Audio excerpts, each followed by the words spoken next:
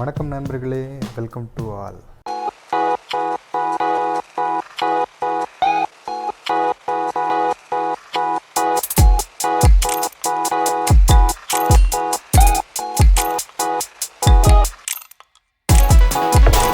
இந்திய துணை ராணுவ படைனா என்ன, இந்திய துணை ராணுவ படையில் என்னென்ன படைப்பிரிவுகள்லாம் இருக்குது, என்னென்ன படைப்பிரிவினர்லாம் எந்த மாதிரியான ரோல் ப்ளே பண்ணுறாங்க, எந்த மாதிரியான இடத்துலலாம் அவங்க டியூட்டி பார்க்குறாங்க அப்படிங்கிற டீட்டெயில் பற்றி தான் இந்த வீடியோவில் நம்ம பார்க்க போகிறோம். நீங்கள் ஒருவேளை எஸ்எஸ்சிஜிடி எக்ஸாமுக்கு ப்ரிப்பேர் பண்ணிக்கிட்டு இருக்கீங்கன்னா உங்களுக்கு ரொம்பவே இந்த வீடியோ முக்கியமாக இருக்கும். மறக்காமல் ஃபுல் வீடியோ பாருங்கள். இந்திய துணை ராணுவ படையை சென்ட்ரல் ஆர்ம் போலீஸ் ஃபோர்ஸ் கூட சொல்லுவாங்க. இவங்க இந்தியாவோட பாதுகாப்புக்கு ரொம்பவே முக்கிய பங்காற்றுவாங்க. இதில் 7 படைப்பிரிவினர் என்னென்னா BSF, ITBP, CASF, CRPF, SSB, Assam rifle, NSG. இதில் முதல்ல நம்ம பார்க்க போகிறதுன்னா பிஎஸ்எஃப், பார்டர் செக்யூரிட்டி ஃபோர்ஸ், இந்திய எல்லை பாதுகாப்பு படை, India's first line of defence. 1965 நடந்த செகண்ட் இந்தோ பாகிஸ்தான் வாருக்கு அப்புறம் இந்த பிஎஸ்எஃப் ஃபார்ம் ஆகிடுச்சு. இந்தியா பாகிஸ்தான் எல்லைப்பகுதி பொதுவாக லைன் ஆஃப் கண்ட்ரோல்னு சொல்லுவாங்க, எல்ஓசி. இந்த எல்லைப்பகுதி அண்ட் இந்தியா வங்காளதேஷ் எல்லைப்பகுதியில் தீவிரவாதிகள் ஊடுருவதை தடுக்கிறதும் அண்ட் கிராஸ் பார்டர் ஸ்மக்லிங்கை தடுக்கிறதும் தான் எங்களோட முதன்மையான டியூட்டி. மேலும் ராஜஸ்தான் பாலைவனம் போன்ற கடுமையான ராஜஸ்தான் பாலைவனத்திலாம் குளிர் நேரத்தில் ரொம்பவே அதிகமான குளிர் இருக்கும், சம்மர் டைத்தில் ரொம்பவே அதிகமான வெப்பநிலை இருக்கும். அந்த கடினமான என்விரான்மெண்ட்லையும் நம்ம இந்திய பார்டரை பாதுகாக்கிறது இவங்களோட முதன்மையான பணி.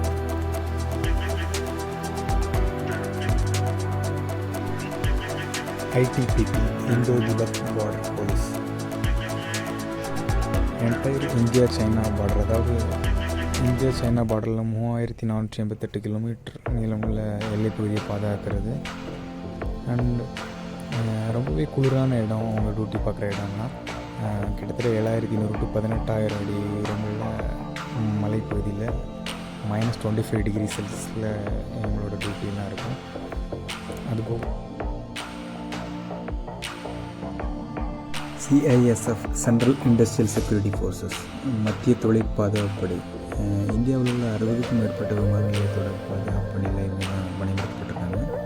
அது மட்டும் இல்லாமல் இந்தியன் கவர்மெண்ட்டோட முக்கியமான இண்டஸ்ட்ரீஸ் அண்டு முக்கியமான பில்டிங்ஸு, அதாவது நியூக்ளியர் பவர் பிளான்ட் அண்டு இஸ்ரோவோட மெயினான ரிசர்ச் சென்டர்ஸ், அந்த மாதிரியான தொழில் நிறுவனங்களுக்கும் பாதுகாப்பு கொடுக்குறாங்க. அசாம் ரைஃபிள்ஸ், இந்தியாவோட வடகிழக்கு மாநிலங்கள் தான் எங்களோட போட்டி இருக்கும்.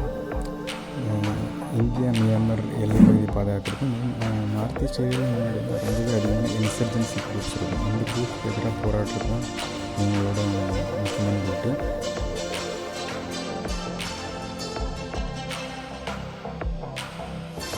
சென்ட்ரல் ரிசர்வ் போலீஸ் ஃபோர்ஸ், இந்தியாவோட உள்நாட்டு பாதுகாப்பில் ரொம்பவே முக்கிய பங்காற்றுவாங்க. இவங்க ஒரு மல்டி டாஸ்கிங் ஃபோர்ஸ்னு கூட சொல்லலாம்.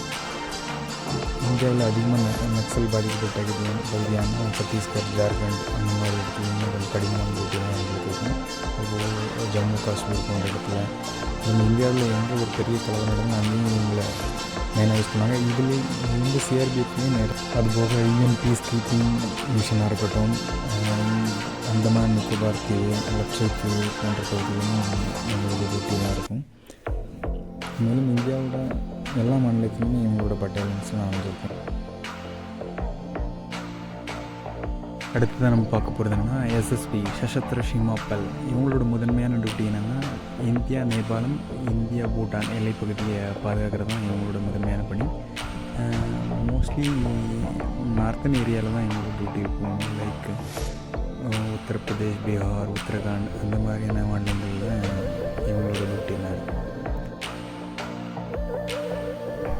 அடுத்து நம்ம பார்க்க போகிறது என்எஸ்ஜி, நேஷ்னல் செக்யூரிட்டி கார்டு, தி பிளாக் கேட் கமாண்டோஸ். இது ஒரு கண்டிஜென்சி ஃபோர்ஸ், அதாவது அவசர காலத்தில் இந்த கமாண்டோஸ்லாம் கிளம்புறவங்க திடீர்னு நடக்கிற டெரரிஸ்ட் அட்டாக்கை நியூட்ரலைஸ் பண்ணுறது தான் எங்களோட டியூட்டி. தென் ஹோஸ்டேஜ் ரெஸ்கியூ, பாம் டிஸ்போசல் அந்த மாதிரியான டியூட்டியும் பார்ப்பாங்க. அதுபோக எல்லாருக்குமே தெரியும் 26/11 மும்பை தாஜ் அட்டாக். அந்த அட்டாக்கில் திடீர்னு தீவிரவாதிகள்லாம் தாஜ் ஹோட்டல் நுழைஞ்சு பாமர மக்கள்லாம் சுட்டுக் கொள்ள ஆரம்பித்தாங்க. அப்போது இந்த என்எஸ்ஜி கமாண்டர்ஸ் தான் களத்தில் இறங்கி எல்லா தீவிரவாதிகளையும் இப்போ நம்ம ஒவ்வொரு படைப்பிரிவினரோட மெயின் ரெஸ்பான்சிபிலிட்டி தான் பார்த்தோம். அதுபோக என்எஸ்ஜி தவிர மற்ற எல்லா துணை ராணுவ படையினரையும் எலெக்ஷன் டியூட்டிக்காகவும் இன்வால்வ் பண்ணுவாங்க. ஒருவேளை நீங்கள் இந்திய துணை ராணுவ படையில் சேர்வதற்கான எக்ஸாம் படிச்சிட்டிங்கன்னா கண்டிப்பாக இதை பற்றி தெரிஞ்சுக்கோங்க. ஏன்னா நீங்கள் எக்ஸாம் பாஸ் ஆகி வர்றதுக்கு முன்னாடி எந்த படிப்புக்குள்ளே போக விரும்புகிறீங்கன்னு உங்களுக்கு விருப்பத்துக்கு ஏற்றாப்புல சூஸ் பண்ணி நீங்கள் வந்துக்கலாம்.